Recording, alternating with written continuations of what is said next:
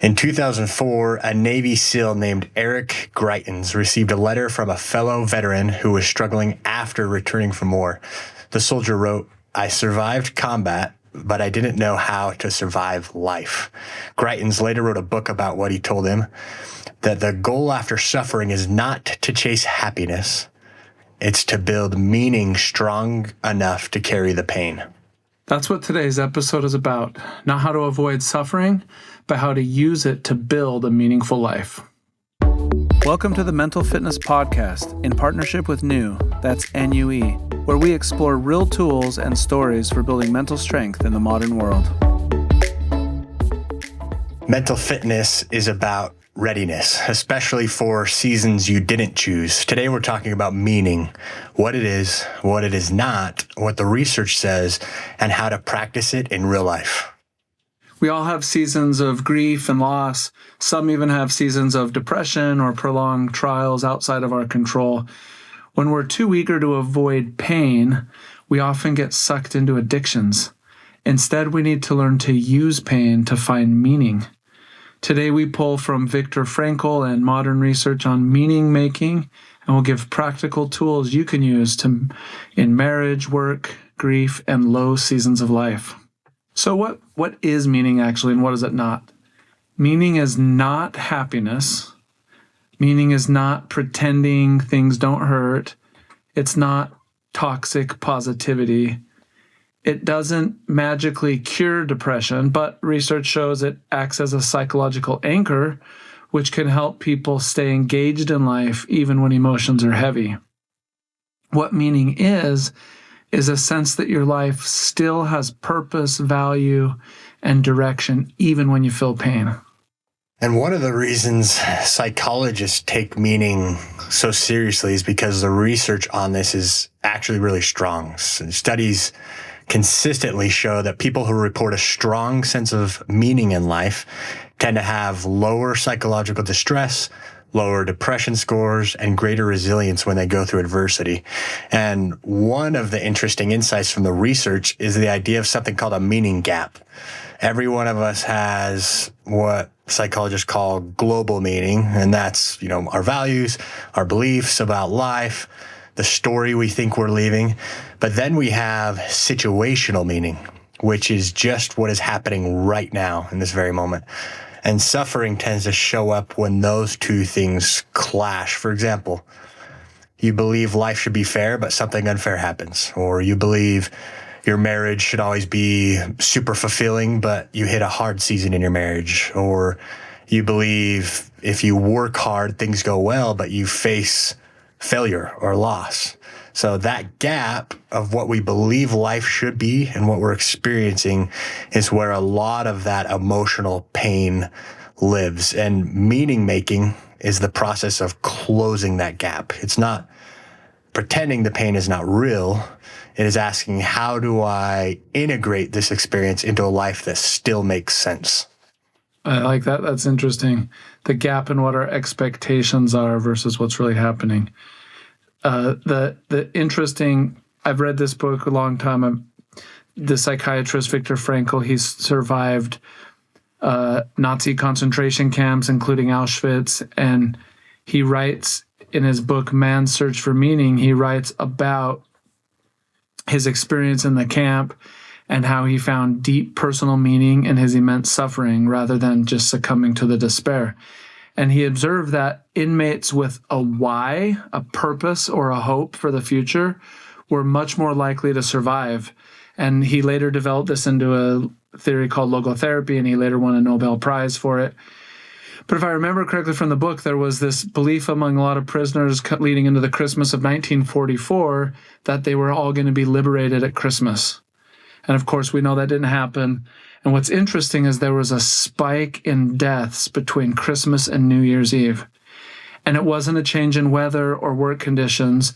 And Frankl believed it was the lost hope of many prisoners. So they had something to look forward to and something to believe in. And then when that was taken away, and he famously said, "Everything can be taken from a man but one thing, the last of human freedoms, to choose one's attitude in any given set of circumstances and to choose one's own way of life." And ultimately, what his story demonstrates is that finding meaning in life is the primary driver of human behavior, and it's the key to enduring extreme adversity. We can endure anything, he said. Man can, if you can find meaning in your suffering. Yeah, Frankel's story is so incredibly powerful. And it's interesting. We actually see this pattern show up across a lot of different lives and stories. You look at Nelson Mandela, for example, right? He spent 27 years in prison. Most people would come out of something like that, bitter or angry at the world for all this lost time, right? But Mandela later said prison became a place where he trained his mind and prepared to lead reconciliation in South Africa. So the suffering didn't disappear, but the meaning he attached to it completely changed how he carried it. You see something similar, but a different context with J.K. Rowling, right? Before Harry Potter, she talked openly about experiencing severe depression. She talked about that a lot, right? And she once described it as feeling like there was a dementor inside her head. That's where dementors come from. That was her depression. Yeah, maybe that's what they are in the book. But during that time, she said there's two things that really anchored her. One was the responsibility she felt toward her daughter, and the other was the commitment she had to finishing the story she believed in. So again, the suffering didn't magically go away, but those sources of meaning gave her something to hold on to in the middle of it. I think that's the key insight here. These stories are not saying suffering is good. What they show is that meaning can exist inside suffering, and when it does, it changes how people endure it. I like how you said for J.K. Rowling that the suffering didn't magically go away.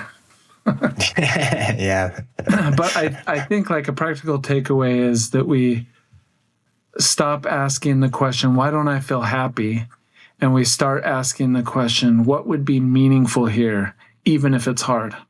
Yeah. And sometimes the answer is as simple as something like patience, right? Or honesty, or just showing up and doing the next right thing. So meaning doesn't, erase the pain or suffering, but it gives the pain direction. I like what you said there about patience, because for most of us, these are seasons or periods of time when we're going through suffering. I mean, for some it's extended. Nelson Mandela, 27 years. But patience is sometimes just hanging in there a little bit longer. So let's switch gears a tiny bit and talk about what happens when we avoid pain. And one of the biggest misunderstandings about suffering is that the real danger is not pain in itself. Pain is inevitable, right? Stresses of life, pain, grief. The real danger is how we respond to that pain.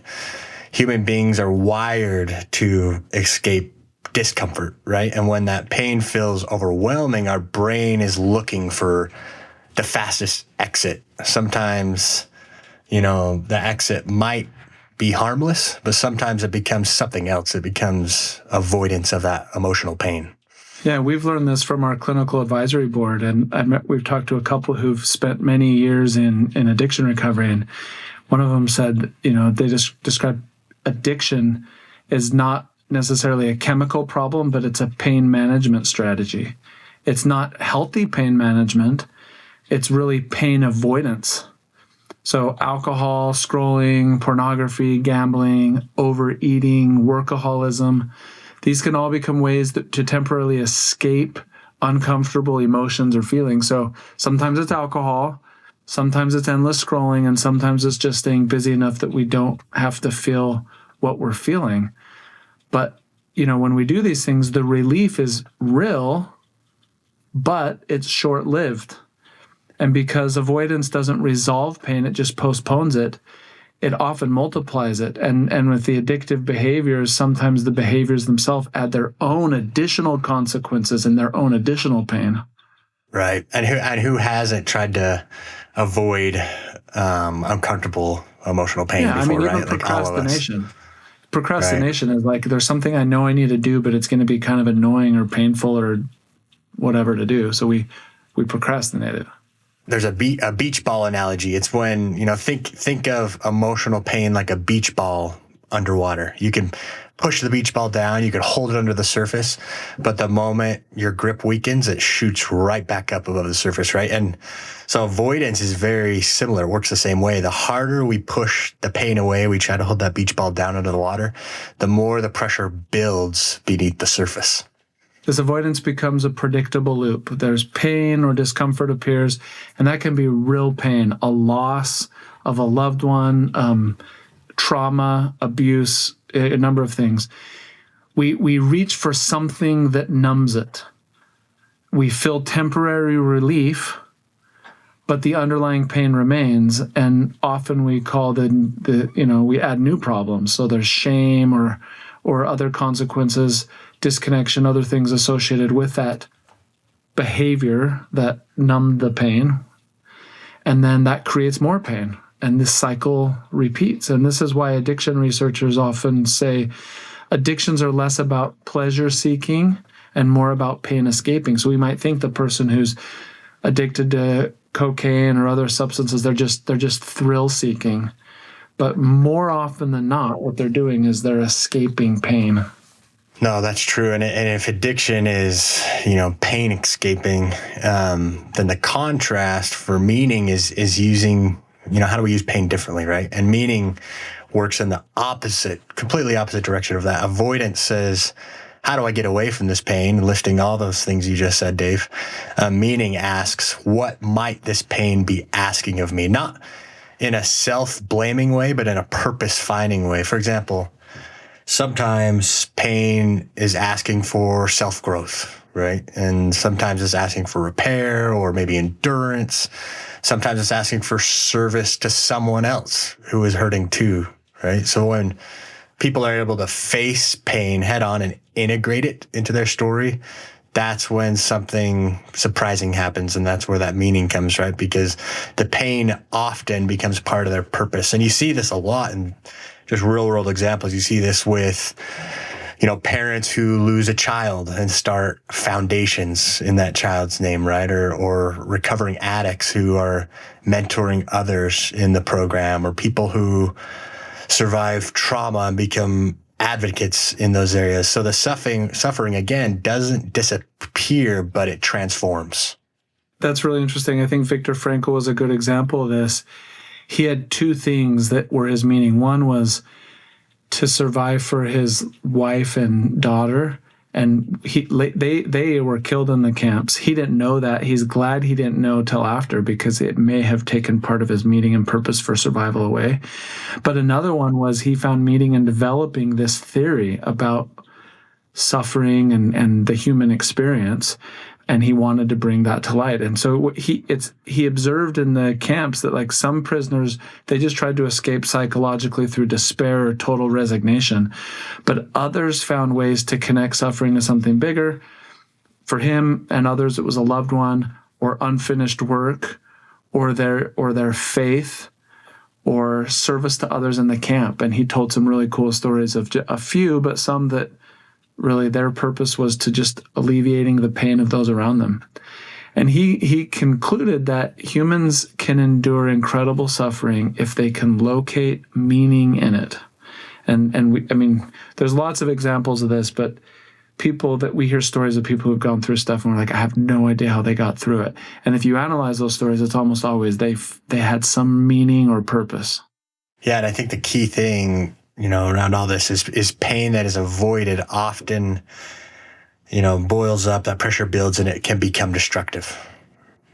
But pain that is integrated often becomes meaningful.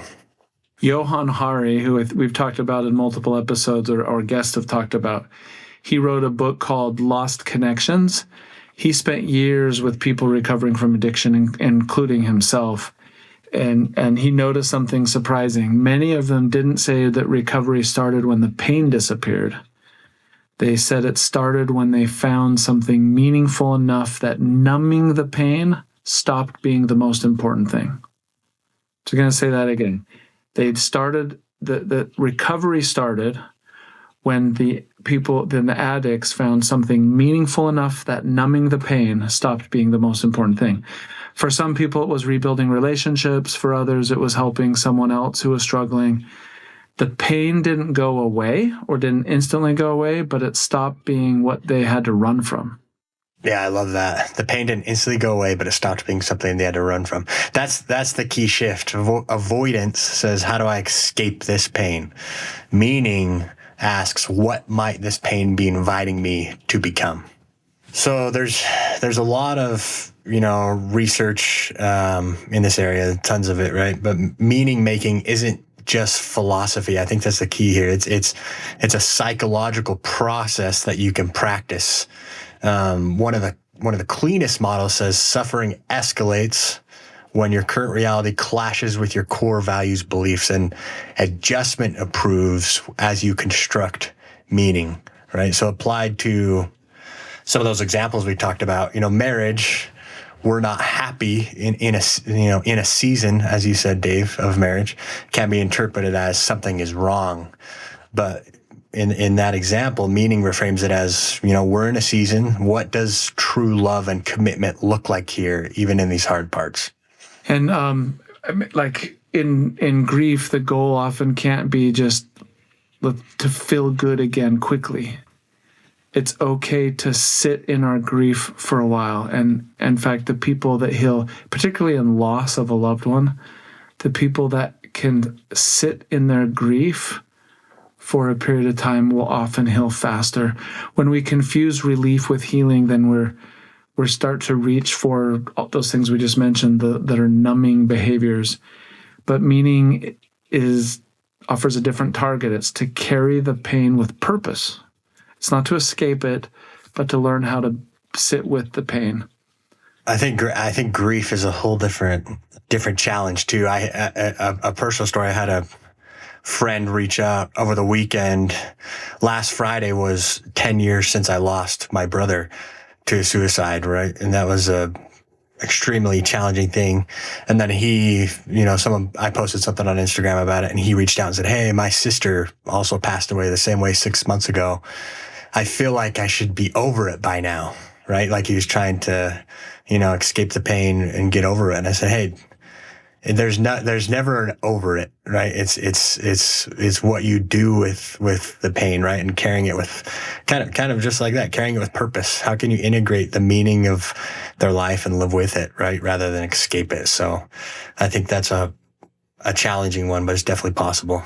Well, it's interesting you said that. Just reminded me, my wife and I lost one of our sons. Now it's coming up on it's 13, over 13 years ago. And that has become a very meaningful part of our family and our family story and our marriage. It brought us closer together. It brought our family closer together. And sometimes, it's interesting because you're never over it. I think of our son James every day. But I no longer feel pain.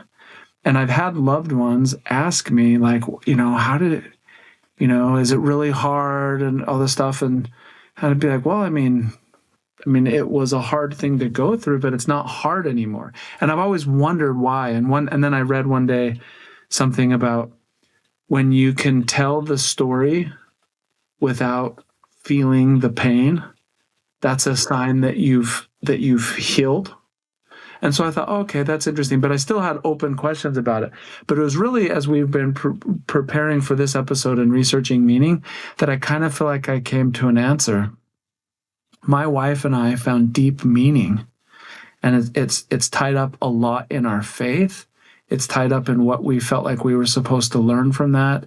It's tied up in what it did to our relationship and our relationship with our other children and what it did to us as a core family. It brought us together.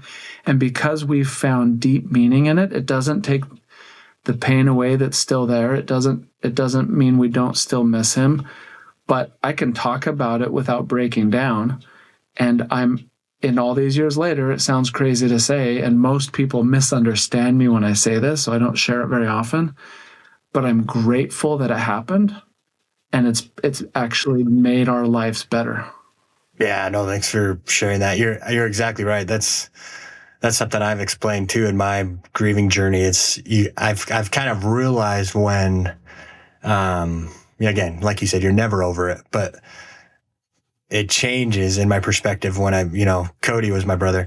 When I see something that reminds me of Cody now, it brings a smile to me. And it's a happy thing. It's like, oh, that's a great reminder, a beautiful reminder of Cody, versus early in the stages of grief, which you should go through, a reminder of Cody brought deep, deep pain and maybe depression. Right. So that's really cool. That's cool to think that brings a smile to your face. That's what it should do. I mean, it's taken you a while to get there. You've been through a lot to get there, but that's what it should do. That's what he would probably want. That's the best way to honor him. So in relation to meaning, if it's something we can actually practice, what does that look like in real life when you're actually going through something difficult? And one simple way to think about this is through 3 reflective questions. First, what am I carrying right now? Again, just naming the season you're in. Maybe it's stress at work. Maybe it's grief like we just talked about. Maybe it's a rough season in a relationship. So what am I carrying right now? Second question is, what value do I want to live by inside this? And what I mean by that is maybe the value is patience. Maybe it's integrity to something. Maybe it's love or courage in a relationship, right? And then the third question is, what is one small action that reflects that value? And it's usually not something huge. It's just the next right step. Maybe it's reaching out to someone. Maybe it's showing up to work with excellence, even when you're discouraged. Or maybe it's just allowing yourself to sit with grief instead of numbing it, like we talked about. Meaning usually isn't found in big dramatic moments. It's built through small actions that align with who you want to be, who you want to become. Just pause for a minute, going back to that. I love those questions. What am I carrying right now is, kind of naming it, which can just give you a lot of perspective.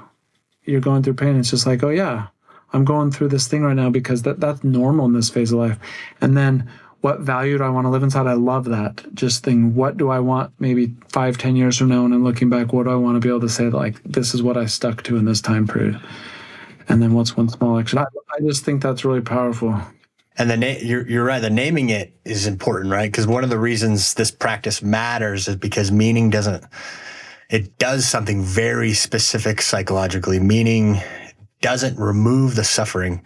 It just organizes it in your brain, right? When pain feels chaotic, overwhelming, pointless, our nervous system struggles to process. And we've talked about this in connection to self episodes and such, right? Like what you can't name, you can't tame, right? So when you can name the pain, it's your nervous system, when you don't do it, your nervous system struggles to process it. But when the pain does come connected to values, identity, purpose, that's when your brain starts to categorize it differently, and it becomes something we're carrying for a reason and not something that just happened randomly to us. Yeah. And when suffering has shape, it's survivable. So the encouraging part of all this is that meaning is not just a philosophy. It's a psychological skill set, and there are habits of thinking and habits of action that help people build meaning in difficult seasons. So there's the 3 doors framework from Frankl. There's simple phrasing, meaning through love, work, and endurance. So if you can find meaning from someone or something that you love, through meaning in your work and meaning in endurance, that's how you bear unavoidable pain. And that's a big part of like Frankl's logotherapy. Yeah, another psychological reframe or skill is the next right thing rule. So the next right thing rule basically means don't solve the whole life problem. Just focus on the next meaningful step. Maybe that's very small, like getting out of bed. Maybe it's calling someone you trust to talk about something, or doing your work well, even though you don't feel motivated. So meaning is rarely built through, again, these huge dramatic decisions. It's built through the small actions that align with who you want to be. That's the next right thing rule. Yeah. And another skill is a narrative shift from why me to what now. And it's not denial, but it's shifting it to something that's in our control. And I know we've all heard this, that life is 10% what happens to you and 90% how you respond. But that's really true. It's, if you want to maximize your agency, you can't control someone else who harms you or hurts you, or things outside of your control that cause bad things to happen in your life.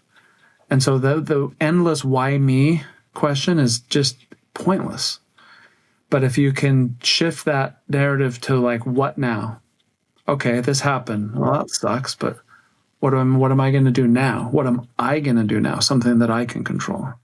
Yeah, another antidote or action-oriented thing to avoid the why me is service. And we've talked about this on a few other episodes as well. But when we're going through something painful, naturally everything points inward. Like you said, why me? Or we start saying, what's wrong with my life? How do I fix this? And when you're focusing inward, that can make things feel even heavier, right? So service is a really easy, action-oriented thing to flip that direction and start looking outward, right? It reminds you that even though things are really, really hard, you still have something to offer, that your life still can matter to someone else, right? And interestingly, a lot of people that go through very difficult experiences eventually find meaning by helping others through the same thing. And then a final skill is, and this is more specific to grief, but sort of continuing bonds. So healthy remembrance practices that keep love present rather than erasing the relationship. I love what you shared about your brother, that if there's something that reminds you of him, instead of trying to immediately get that out of your side or avoid it, that you embrace it and smile. And I've heard of people that celebrate the heaven birthday of a loved one passing, or the day that they died. We don't celebrate the day our son died, but we remember it. But we do celebrate his birthday. We remember him on his birthday, and then on the day that he died, we take time to be sad. We go through pictures, we watch some videos we have, we go to the cemetery, and it's not happy day, but it's meaningful day.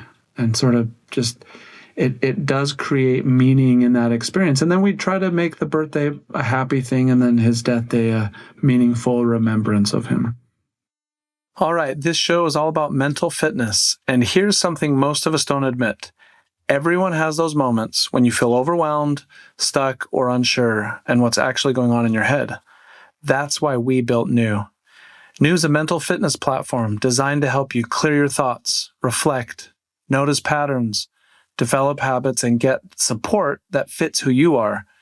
It remembers your goals, your wins, the things you're working on, and helps you stay on track.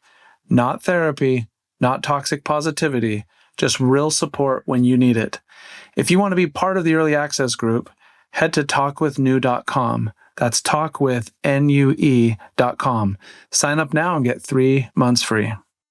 So one question people might have listening to this is, how do you actually know if you're making progress in meaning making, right, with this? Because the goal is not that life will suddenly become easy when you have meaning or purpose. Progress doesn't mean you stop feeling hard emotions. We've talked about this a lot already in this podcast episode, right? But it actually is a lot more subtle than that. So progress might look like avoiding things a little less than you used to, right? Leaning into it. It might look like taking action that's aligned with your values, even when or if it's uncomfortable. It might look like when you get knocked down, you recover a little faster than you used to, which is, a key to being mentally fit. Or you're just more willing to stay present with what you're feeling. And, when we talk about grief, for instance, instead of immediately trying to escape it. So those are just a few examples and really powerful signs that your mental fitness is growing. In other words, the goal, again, we've said this several times now, isn't to remove suffering from your life, is to become the kind of person who can carry it with meaning. Yeah, and there's lots of, I was just thinking of what you just shared there and applying it to different forms of suffering. And, we've talked about lost loved ones. You and I both mentioned those specific examples. I mean, as crazy it is when, as a victim of abuse or other sort of really harmful things that others have done to us, and you're like, what meaning is there in that? What Viktor Frankl discovered and what others have discovered is finding meaning in service. Like, yeah, I can't change that. That what happened to me sucks. That's not something I'm going to remember every year on the anniversary and like celebrate. But I can say, I've learned something from that. I can now reach out to others who've suffered. And often therapists and social workers are people that have been through tough things themselves, and they find meaning in their suffering by dedicating their life to helping others. Our one of our recent guests on their podcast, therapist Lindsay Schiss, she's dedicated her whole life to addiction recovery and therapy and trauma therapy and helping people because of what she went through in her childhood home growing up. And so she finds meaning in her past suffering by turning that into service, which is beautiful. So how does this fit into sort of the mental fitness framework? So, which is connection to self, connection to others, and health and vitality. I think in a lot of what we've talked about, connection to self is finding meaning. It clarifies our values. It ultimately gives us agency instead of letting the trials and hard times that beset us define us. It's we find meaning in it and we flip it around. And so we have to really connect with ourselves and our own identity in order to find meaning in suffering. And in terms of connection to others, man, when you go through something as a group, that can pull you apart or bring you together. When my wife and I lost our child, I still remember this social worker at the hospital came and talked to us sort of in the moments in the aftermath after he was pronounced dead in the emergency room. And they just handed us some pamphlets and said that there's services. And they said that when a married couple loses a child, it is a strain on the relationship and can often lead to divorce. Like divorce rates are really high after a couple loses. And so it can go one of two ways. We were very fortunate. I'm very grateful to my wife and the way she internalized things, the way we found meaning, but it brought us together. And so when we go through difficult times with people, it can bring us together. But also, some of the examples I just cited, when we say, okay, I'm going to turn this into service in order to help others, right? I can't fix what happened to me, but I can take my experience and share it with others. That can strengthen our relationship with others. And then health and vitality, I think the biggest thing is a very common way, an unhealthy way of dealing with suffering is those numbing behaviors that are often addictive and destructive. And most of those are harmful to our health. Even something maybe like pornography or gambling or scrolling, you're like, how does that help? Even those that you say, how does that directly affect my health? Almost all addictions end up affecting our sleep and disrupting our routines. But the food and the substance abuse, those are directly destroying our health and vitality. Right. And so when meaning strengthens mental fitness because it gives suffering a place to go. Instead of breaking us, it becomes something that we grow through. Yeah, so kind of coming full circle back in reflection on this episode, the difference of happiness and meaning, for instance. Happiness is a feeling. Meaning is more of a compass. Happiness asks, how do I feel right now? And meaning asks, what kind of person am I becoming? Viktor Frankl wrote, I think this is the best summary of what we're trying to say in this episode. He said this: in some ways, suffering ceases to be suffering the moment it finds a meaning. I mean, that right there might be one of the most hopeful ideas in psychology. I love that.